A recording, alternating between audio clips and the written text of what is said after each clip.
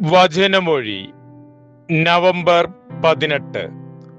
വചനഭാഗം 1 കൊരിന്തോസ് 13:1-10, മർക്കോസിന്റെ സുവിശേഷം 12:28-34. ഇന്ന് സുവിശേഷത്തിൽ നിന്ന് ശ്രവിക്കുന്നത്, ഒരു നിയമപണ്ഡിതൻ ഈശോയെ സമീപിച്ച് നിയമങ്ങളിൽ ഏറ്റവും പ്രധാനപ്പെട്ടത് ഏതാണ് എന്ന് ചോദിക്കുന്നതും ഈശോ അതിന് നൽകുന്ന മറുപടിയുമാണ്. യഹൂദ പാരമ്പര്യത്തിൽ 613 നിയമങ്ങൾ ഉണ്ടായിരുന്നു. യഹൂദ റബിമാരുടെ ഇടയിൽ ഈ നിയമങ്ങളുടെ പ്രാധാന്യക്രമത്തെക്കുറിച്ച് തർക്കങ്ങളും ഉണ്ടായിരുന്നു. നിയമപണ്ഡിതൻ ഈശോയോട് ചോദിക്കുമ്പോൾ പഴയ നിയമ കൽപ്പനകളെയെല്ലാം 2 വചനത്തെ അടിസ്ഥാനപ്പെടുത്തി 2 നിയമങ്ങളായി നൽകുകയാണ് ഈശോ ചെയ്യുന്നത്.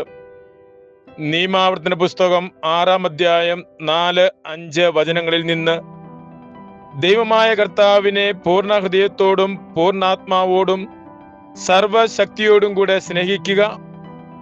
ലേവ്യരുടെ പുസ്തകം 19-ാം അധ്യായം 18-ാം വചനത്തിൽ നിന്ന്, നിന്റെ അയൽക്കാരനെ നിന്നെ പോലെ സ്നേഹിക്കുക.